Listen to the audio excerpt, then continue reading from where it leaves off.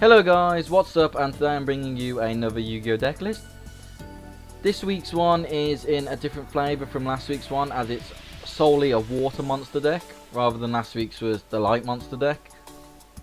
But today I'm bringing you a Frog Lancer deck that I used to play in real life, but the newest ban list actually destroyed my old deck, so I've had to research cards, swap things out, change things around, and then use it quite a lot to like actually get an understanding of the new deck.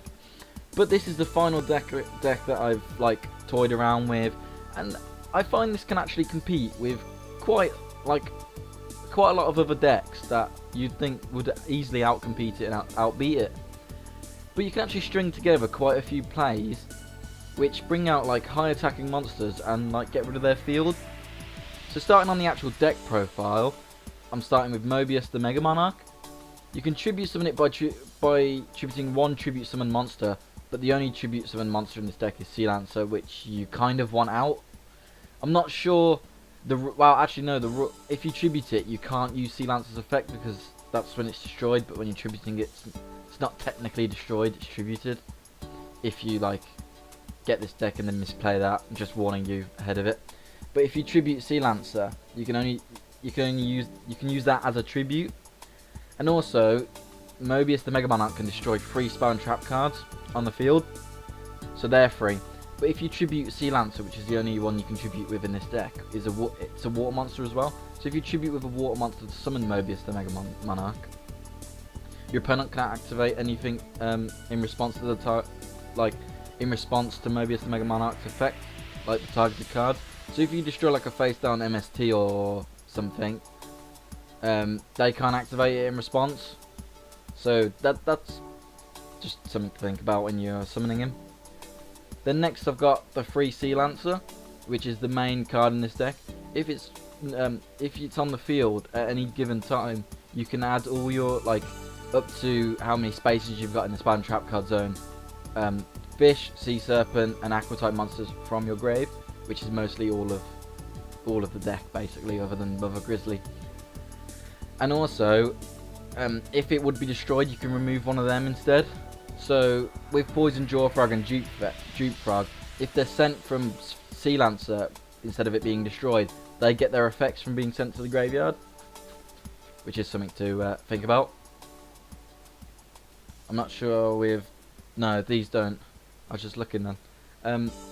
Next I've got Mother Grizzly, which is really just the searcher. If it's destroyed while on the field, well, it's got to be on the field to be destroyed. But if it's destroyed, you can special summon one water monster from your deck with 1,500 or less attack, which is pretty much all of them, as well as Sea Lancer. So if you destroy that and then special summon Sea Lancer out, when it goes to your turn, you can use Sea Lancer's effect and add all of them to Sea Lancer, which is something to think about, which is quite good because that's a free 2,300 monster, and also all of these if they're already in the grave. Anyway, next is Swap Frog, which is really the engine of the frog side of this deck. Because if you can special summon it by discarding one water monster from your hand, and then when it's summoned, you can send one level 2 or lower aqua monster from your deck or your side of the field to graveyard. But I wouldn't do it from your side of the field. You need the field presence. And then you can once per turn you can return one monster you control to your hand to normal summon one frog monster, except Swap Frog or Frog the Jam, in addition to the normal summon or set this turn.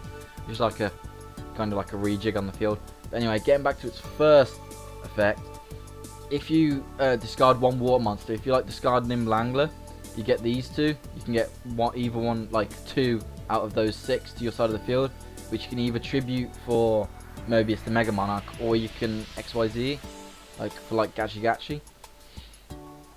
And also, you can and then when it's summoned, you can send one level 2 or lower aqua type monster from your deck, your deck or your side of the field to the graveyard, which can be your Ronintoadin, Dupe Frog, Poison Jaw Frog.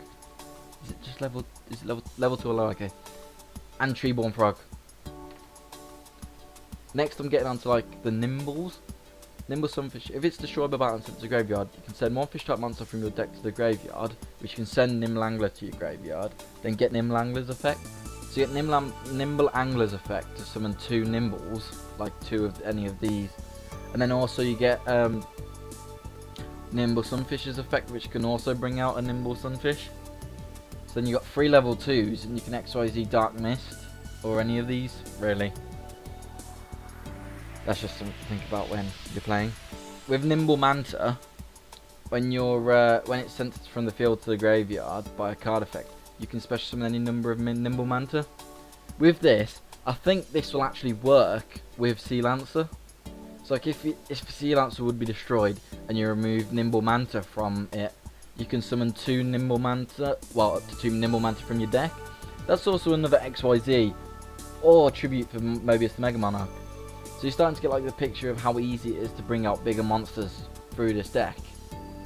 It's like ridiculous. Then I've got Nimble Angler, which I was on about before. If it's sent from the handled deck to the graveyard, you can special summon 2 level 3 or lower Nimble monsters from your deck, which is any 2 of these, or except Nimble Angler. So any 2 of these 6.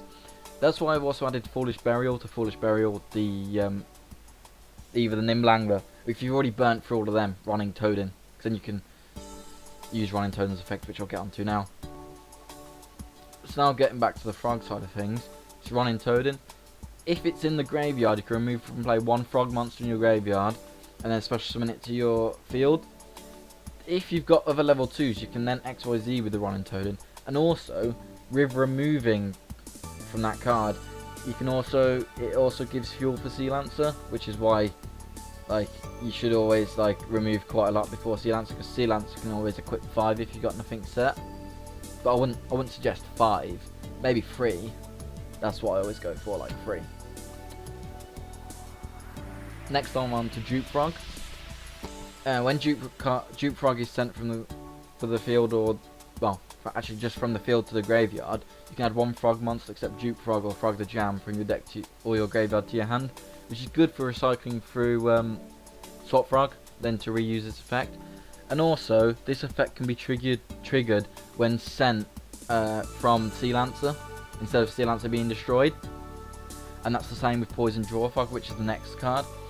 If this card is face up on the field, it's sent to the graveyard unless it was attacked while face down and destroyed by battle. You can draw 1 card. So if that's already in the grave, and you've removed it through Ronintoadin and added to Sea Lancer, when Sea Lancer would be destroyed, you can discard Poison Draw Frog from it, from Spam Trap card zone. Then you get a free draw, so that's like keeping hand advantage really. Then my next card is Treeborn Frog. Everyone knows what Treeborn Frog is. It's very, very heavily used in the Monarch version of this deck, but I've only got 1 in this deck because I will have things set face down at some point in the game, so that's why I haven't got 2 or 3. But it's also still really good if you've got no spell or trap cards face down and you need like a monster to either stop an attack, or it can also be extra bait for Mobius the Mega Monarch. So Treeborn Frog, if they've got nothing face down, or well face up in your spam trap card zones, you can special summon it from the grave. But unfortunately, Sea Lancer's effect stops him bringing him back. I think he does. I've actually got to research that now. I'll put that in the description later, because they don't count. Do they count as? I'm not sure if they count as spell trap cards or not. Actually, I'll have to check that one up, and I'll let you know. Anyway, getting onto the spell and traps. First is Foolish Burial, which I told you its purpose earlier is just to discard Nimble Angler, so Nimble Angler gets its effect. Then next I got 2 Salvage, which is just for recycling like the frogs and the nimbles basically. And it also can add Sea Lancer to your hand, because Sea Lancer hasn't got great attack. I'm not sure if it does. Oh, it does Mother Grizzly as well, because she's a water. That's interesting. And then next I've got 3 Mystical Space Typhoon. Even though Mobius, the Mega Monarch, destroys back row of their back row, Mystical Space Typhoon is also for the extra removal of back row, because back row can really stuff this deck. Like, you special something like nobody's business, and then you can easily just, if they stop that, you're basically done for. Or if they get rid of your big monsters, you're done for. So MST is needed. Next is Dark Hole, just for the mass destruction. If they get really high monsters out and you're like crapping yourself, just Dark Hole. You can always, like, I've gone through the level of like summoning you can do with this deck. So if you Dark Hole the field, it's no biggie really for you. Just summon more, unless you've got a Mobius out, and then that's a bit but Dark Hole when you need to. The next two cards are Enemy Controller. This is just really for like stopping them attacking you with high level monsters if you really want to. High attacking monsters, just switch it to defense mode. Or you can always just tribute one monster, gain control of that, and then tribute that for like Mobius or whatever, or XYZ with it, so it gets rid of a monster on their field as well. But it gets rid of yours as well, but it's really just a substitute if you take control of theirs. Next I'm going on to my traps, which is Solemn Warning. It's just Solemn Warning, then Bottomless, then Compulsory, because I'll just talk about these at the same time. It's really just for stopping them getting really big monsters out that can really hinder your attacking potential and your summoning potential. So it's just really for field control. Then getting on to the XYZs, we've got Daigusto Pheonix, which is just XYZ. You just XYZ it because its effect is really pointless in this deck, other than getting itself. Then got Gachi-Gachi with 2 materials. It can increase the Gachi-Gachi, which can increase the attack of a monster by each material on it, which is 400, which can make Mobius the Mega Monarch increase to 3,200, which is 3,200 attack monster on your field is really, really good. Next we've got Herald of the Sacred Light.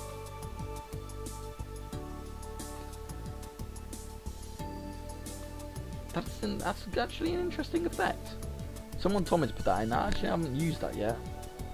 So when it's you can dash one XYZ material from this card, then target one monster in your graveyard and add that target to your hand, then shuffle one card from your hand into your deck. So you can add like, I don't know, you can add Swap Frog to your hand, then put Nimble Angler to your deck. Use Swap Frog, Nimble Angler, blah blah blah blah, all that. Get more summons out. Just use it as you want. Then next I've got Dark Mist. Once per battle during either player's turn, when an attack is declared involving this card, opponent's monster, you can detach one XYZ monster from this card. Half the attack of the opponent's monster and this card gains that same amount of attack. It doesn't say until the end phase, so you can just keep doing that on their big monsters. Then you can have like a, I think I've had like a 4,000 attack Dark Mist out at one point. It's ridiculous. Anyway, that was the last card in my extra deck. I haven't done a side deck again because it just varies with the times. But anyway, thank you for watching guys, and see you next time.